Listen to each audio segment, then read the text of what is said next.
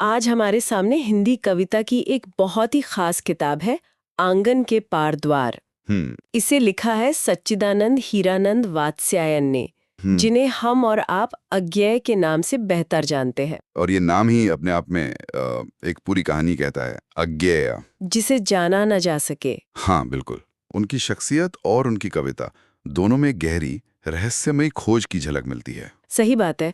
और हमारे पास जो कॉपी है वो 1961 में भारतीय ज्ञानपीठ काशी से छपी थी। अच्छा। मजे की बात यह है कि इस पर 24 अगस्त 1962 की यूनिवर्सिटी लाइब्रेरी की मुहर लगी हुई है। अरे वाह। ऐसा लगता है जैसे हम टाइम मशीन में बैठकर सीधे उसी दौर में पहुंच गए हैं जब ये शब्द कागज पर ताज़ा ताज़ा आए थे। और यही आज हम करने वाले हैं। इस किताब के जरिए हम सिर्फ कविता नहीं पढ़ेंगे, बल्कि अज्ञेय नाम के उस इंसान के मन और दर्शन की दुनिया में उतरने की कोशिश करेंगे। ये शब्दों से कहीं आगे की यात्रा है। तो आज हमारी कोशिश यही रहेगी कि पहले तो कवि अज्ञेय की जो हैरान कर देने वाली जिंदगी है उसे जानें। जरूर। फिर इस किताब के 3 हिस्सों की यात्रा करें, अंतःस्थलीला, चक्रांत शिला और असाध्य वीणा। और समझें कि ये क्रांतिकारी के लिए मौन और शून्य का इतना गहरा मतलब क्या था। बिल्कुल। तो चलिए शुरू करते हैं। चलिए। तो सबसे पहले बात कवि की ही करते हैं। किताब की शुरुआत में उनका एक छोटा सा परिचय है। पूरा नाम तो काफी लंबा है। हाँ, सच्चिदानंद हीरानंद वात्स्यायन। लेकिन उनकी जिंदगी की कहानी उससे भी ज्यादा लंबी और कह सकते हैं घुमावदार है। सही कहा। अज्ञेय का जीवन किसी भी आम कवि की छवि से बिल्कुल अलग है।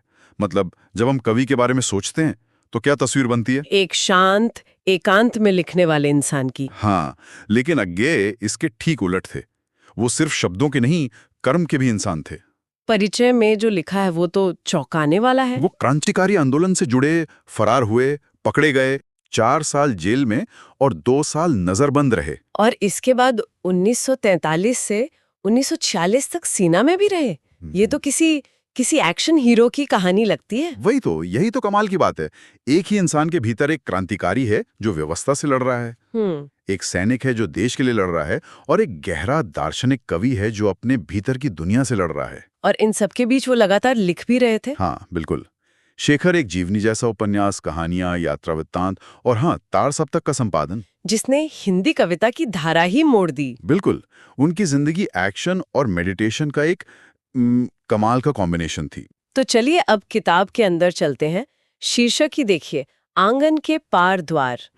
आंगन एक जानी पहचानी सुरक्षित जगह है और उसके पार एक दरवाजा जो किसी अनजान रहस्यमयी दुनिया में खुलता है। ये किताब 3 हिस्सों में बंटी है, अंतःसलिला, चक्रांत शिला और असाध्य वीणा।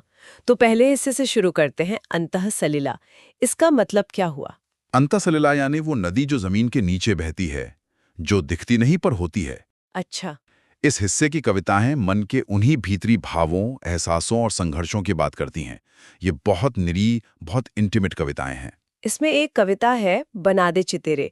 ये मुझे बहुत अच्छी लगी। कवि एक पेंटर से समुद्र का चित्र बनाने को कहता है। हाँ। एक ऐसा समुद्र जो शांत नहीं है बल्कि चंचल, उत्तुंग, जैसे जीवन। बिल्कुल, वो जीवन की उथल पुथल को उस समुद्र में देखना चाहता है। लेकिन कविता का असली जादू अगली कुछ लाइनों में है ना? हाँ वही तो।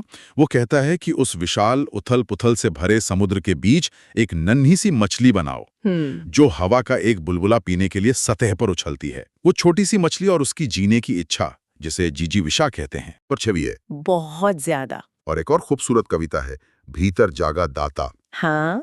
इसमें कवि प्रकृति की सुंदरता, जैसे खिली हुई धूप या सागर की लहरों को देखकर इतना भर जाता है कि उसके अंदर एक दाता, एक देने वाला जाग उठता है। वो उस पूरी सुंदरता को किसी को दे देना चाहता है। लो, ये कंचन सदृश सवेरा मैंने तुम्हें दिया। वाह। मतलब अनुभव का असली सुख उसे भोगने में नहीं बल्कि उसे किसी के साथ बांटने में है। ठीक यही। अनुभव जब तक साझा ना किया जाए, अभिव्यक्ति ना पाए, तब तक अधूरा है। लेकिन इसी हिस्से में एक और कविता है, अंधकार में दीप। हाँ। जो ज्ञान के एक दूसरे ज्यादा मुश्किल पहलू को दिखाती है।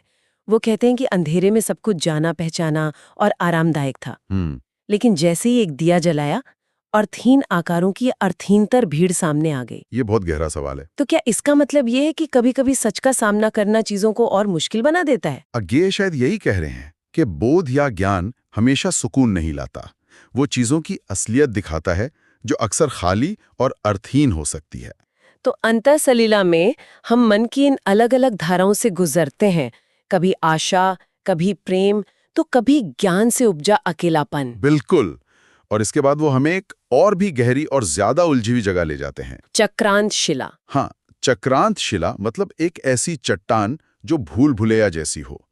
इस खंड में हम व्यक्ति के मन से निकलकर ब्रह्मांड के रहस्य की ओर बढ़ते हैं। यहाँ कविताएं स्वयं की खोज, मौन की ताकत और महाशून्य के अनुभव पर केंद्रित हैं। सही कहा। और एक बात जो इस खंड को अलग बनाती है वो ये है कि यहाँ कविताओं का कोई नाम नहीं है। हाँ, सिर्फ नंबर दिए गए हैं। हाँ, सिर्फ नंबर 1, 2, 3।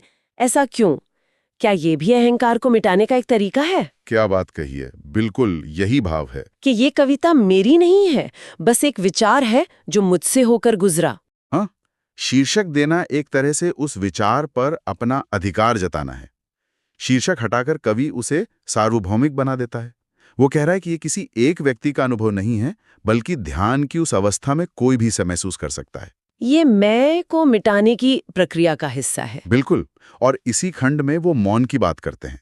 एक पंक्ति है जो मुझे लगता है इस पूरे हिस्से का सार है। कौन सी?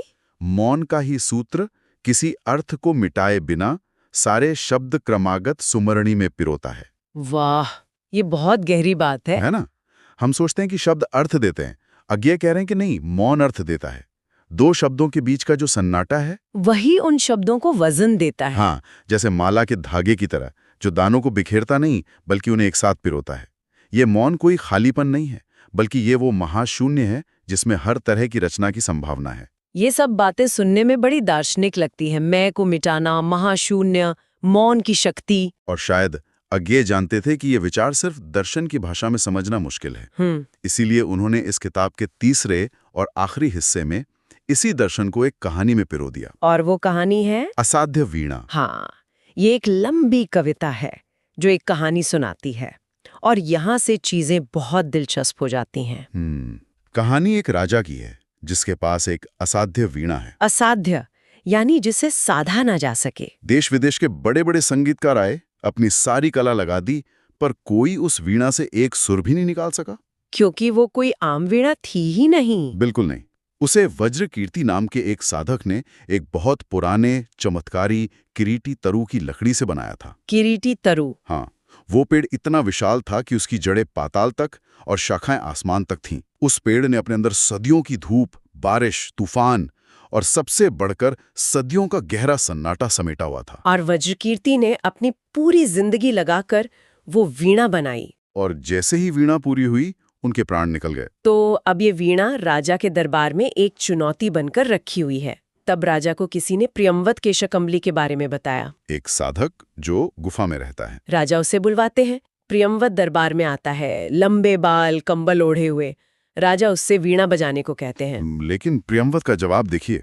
वो कहता है, मैं कलाकार नहीं हूँ, मैं तो बस जीवन के अनकहे सत्य का साक्षी हूँ। वो पहले ही अपना अहंकार एक तरफ रख देता है। और यहीं से कहानी का असली जादू शुरू होता है। प्रियंवत वीणा को बजाने की, उसे साधने की या अपनी कला दिखाने की कोई कोशिश नहीं करता। नहीं, वो क्या करता है? वो वीणा के सामने अपना कंबल बिछाकर बैठ जाता है, वीणा को अपनी गोद में रखता है और बस आंखें बंद कर लेता है। अपना माथा वीणा के तारों पर टिका देता है और ध्यान में डूब जाता है। दरबार में सब बेचैन हो रहे हैं, राजा इंतजार कर रहे हैं और वो बस बैठा है। सन्नाटा गहरा होता जा रहा है। हाँ। वो असल में वीणा को नहीं बल्कि खुद को साध रहा है। हाँ, वो अपने मैं को भूलकर उस वीणा से, उस किरीटी तरु की आत्मा से जुड़ने की कोशिश कर रहा है। बिल्कुल। वो मन ही मन उस पेड़ का पूरा जीवन फिर से जीता है। वो उस पेड़ पर पड़ती बारिश की बूंदों को, पत्तों से गुजरती हवा की सरसराहट को, उस पर चहचहाते पक्षियों को, जंगल के जानवरों को, तूफान की गड़गड़ाहट को, और उन सब के नीचे फैले गहरे सन्नाटे को महसूस करता है। वो प्रियंवद नहीं रहता, वो खुद वो पेड़ बन जाता है। और जब वो पूरी तरह से उस पेड़ की चेतना से जुड़ जाता है, जब मैं और तुम का फर्क मिट जाता है, तब वीणा अपने आप बज उठती है। और जो संगीत निकलता है वो चमत्कारी है। अद्भुत। सबसे खास बात ये होती है कि दरबार में मौजूद हर इंसान को एक अलग ही संगीत सुनाई देता है।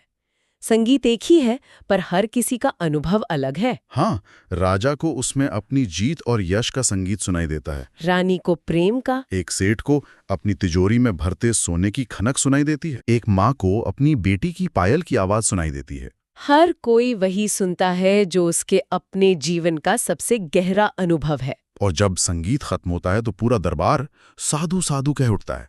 राजा प्रियंवत की तारीफ करते हैं, उसे श्रेय देना चाहते हैं। लेकिन प्रियंवत श्रेय लेने से साफ इनकार कर देता है। हाँ, वो कहता है, श्रेय नहीं कुछ मेरा, मैं तो डूब गया था स्वयं शून्य में। वीणा के माध्यम से अपने को मैंने सबको सौंप दिया था। मतलब संगीत उसने नहीं बनाया, वो तो सिर्फ एक माध्यम बन गया था। एक जरिया जिससे होकर वो महामौन खुद गा रहा था। और ये कहकर वो अपना कंबल उठाता है और चुपचाप वापस अपनी गुफा की ओर चला जाता है। वाह! तो ये कहानी चक्रांत शिला के उन्हीं दार्शनिक विचारों का जवाब है।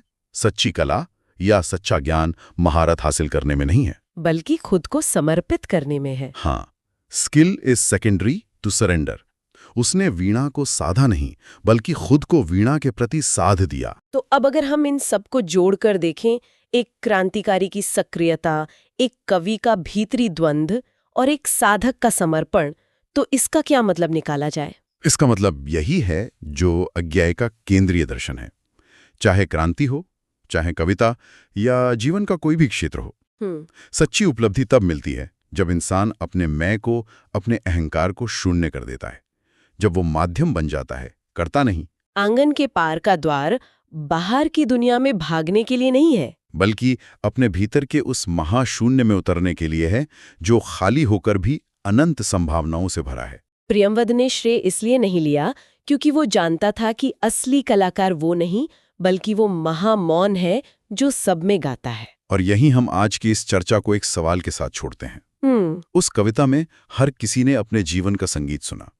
अगर वो असाध्य वीणा आज बजे तो उसे सुनने वाले को कौन सा संगीत सुनाई देगा? उसके अपने जीवन का वो कौन सा अनसुना गीत है जो किसी सच्चे समर्पण या गहरे मौन के पल का इंतजार कर रहा है?